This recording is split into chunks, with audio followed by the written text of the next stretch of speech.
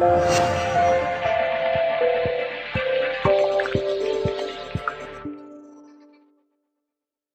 just very quickly, before we get some questions as well, just coming up, is Lead Player. Now, similar to explained before around webinars and use of autoresponders to uh, gather a database and to be able to communicate very efficiently and easily with members and subscribers, there's a very, very neat tool called Lead Player, which can be used to collect subscribers from within a video.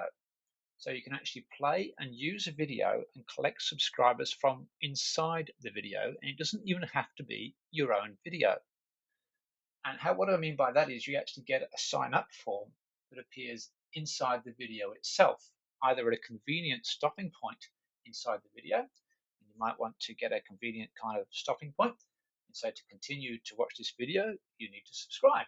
Or at the end of the video, if there is something an incentive for someone to subscribe to your sport or organization, an email opt-in box can actually appear and be linked to your autoresponder and your database from within inside the video itself. And that's a really tremendous way, because videos are extremely popular and can be on multiple kinds of platforms.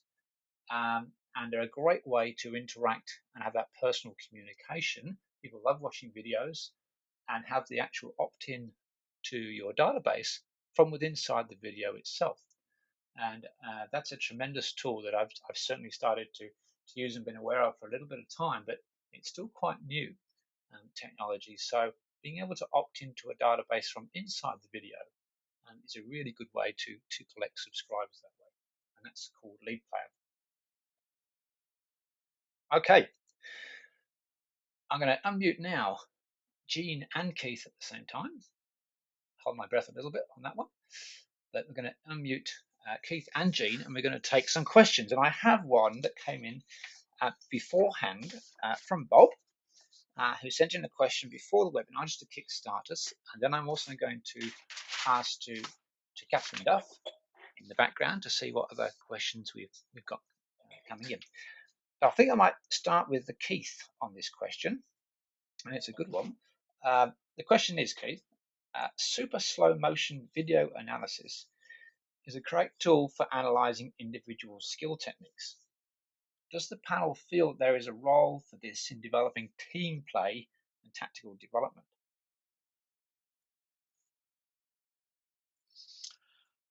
No.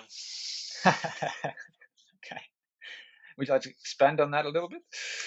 I think that, so I didn't mean to be flippant. One is that Super Slow-Mo has become a production device for television, so it fills in gaps between breaks in play. My concern mainly is that as a coach, I am particularly interested in the flow of movement and the kinetic chain of movement. And what I find Super Slow-Mo does, because of its sampling rate, it transforms movement that I am observing in real time. So I think Super Slow-Mo is a wonderfully aesthetic experience, but in my own coaching, I wouldn't use it at all. That's interesting. Jean, you got anything to add to that? I think I would agree with Keith, Peter. In those sorts of situations, it's often the subtleties and the nuances of the interactions that are important, almost the unspoken things. And I think observing those directly is probably the way I would go on that. Yep. I'm going to unmute now. Catherine, sorry, Catherine's going to unmute herself. You go ahead, Catherine, unmute yourself. Can you hear me? Thanks, Peter. Yeah. We have a few questions here. Yep, far away. Okay, so one of the things that seemed to be coming in a little bit was, that it always seems like there's new things and new things are cropping up. How do you guys suggest people sort of stay up to date? How do you know about all these new things coming along? Keith. In my case, I try to.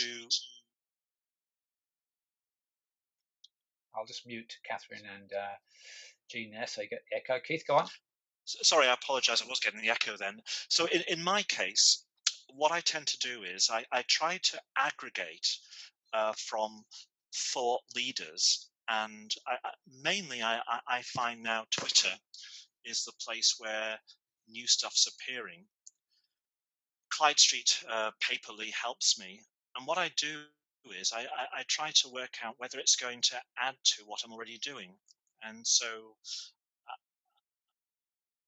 one way I think of overcoming this is to have open sharing of what can be used by people throughout sport, and so we could actually work together to identify particular issues. And so I'm thinking new stuff always comes up, but much of it is helping what we already do. And our question would be, is it adding any value to what we already have? Mm. Yep. I'm going to unmute Jean. Anything to add there, Jean? Yes, I think my answer is a little bit more mundane than Keith's.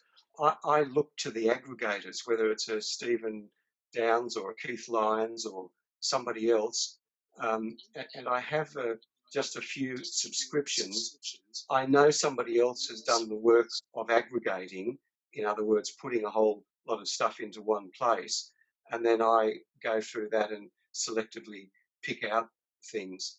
And I also like to, apart from that, get to 2 or 3 conferences a year as well. I find that helps, but that's my approach. You do have to filter, don't you? Because the comment is right that there's an awful lot of new stuff coming on. I find, for example, that LinkedIn, and Greg's mentioned this on the questions too, that LinkedIn for me is a tremendous source of not just contact, but information as well, as I get the feed from LinkedIn every day.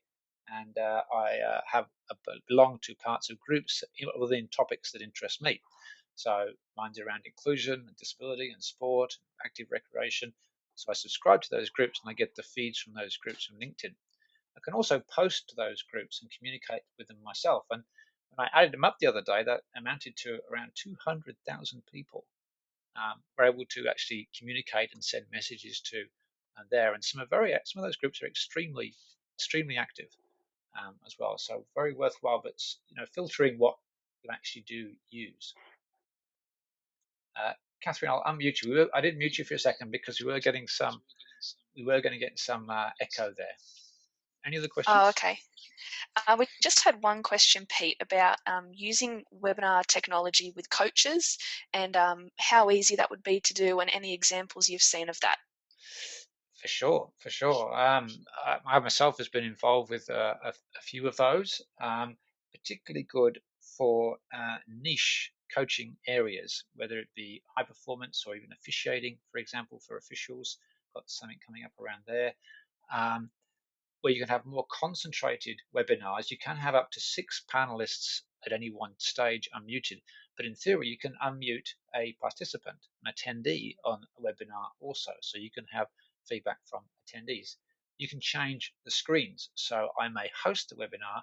In this case, I've controlled the webinar, but I can actually hand it over to a screen itself, and you see the screen of the primary presenter, who may be your head coach or a particular area. There to control the content while someone else actually hosts. I'd say it's extremely good for niche webinars, are extremely good for very niche areas, of which there'd be plenty, of course, within coaching. There are lots of niche areas.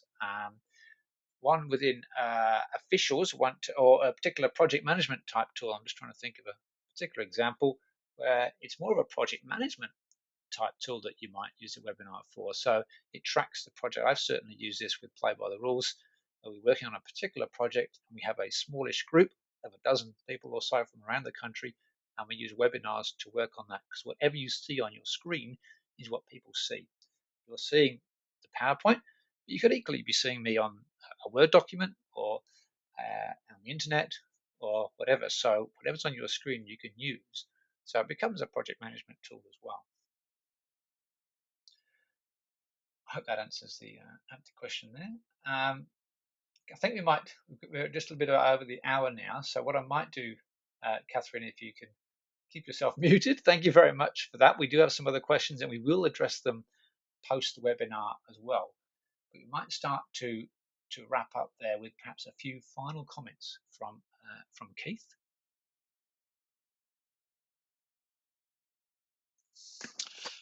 Peter, it's been great being part of the webinar. What it tells me is that we have so much experience to share that the philosophy of connectivism works when groups of people create trusted networks. And I think that's the future for me, having people who do sifting for you and whom we trust, so that we know we're actually doubling the amount of energy we share. Brilliant. Thanks, Keith. Thank you. And thank you very much, Keith, for your input into this particular webinar. I'm sure we'll have you back. We'll entice you back for future webinars as well. But really, thank you very much, Keith, for your input. Very much appreciated.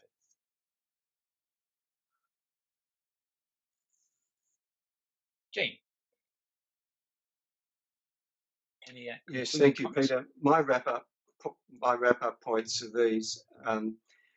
Before adopting any technology, there needs to be a learning advantage. And in some cases, technology may not be the solution. So ask the tough questions. If you think technology is the way to go, build your case, your business case. If you are going to go down the e-learning path, then think in terms of learner-first design. Respect the learner. Learners bring a lot of experience to the table. And then finally, don't forget yourself.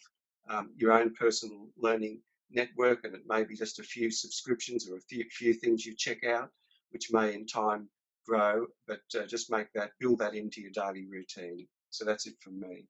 Thank you. Brilliant. Thank you very much, Jean. Again, thank you as well, Jean, for your participation here. And again, I'm absolutely certain we'll entice you back for some more webinars in the future. But thanks very much, Jean. Okay. Ladies and gentlemen, I'm going to wrap it up just there. There will be a recording of this webinar that will be available in bite-sized chunks in about 10 days' time. Here it takes a little time to edit that. The links to the resources and tools you've had here will be included, as will responses to your questions that have come in that we didn't get time to answer today. So all that will be available, but give us a little bit of time and a week or so to get that back to you. You'll be notified of that as soon as it's ready. That's all the videos and all the materials from this particular webinar. Please sign up for future webinars.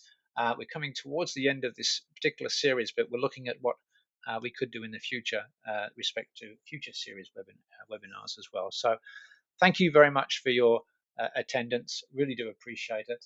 Watch out for the email in a week or so's time with the recordings that will be available in subsequently in a couple of weeks' time. So thank you very, very much, Catherine Duff as well in the background for helping us there, and to Keith and Jean. And I'm going to wrap it up there. And thank you, everybody, for attending this particular webinar.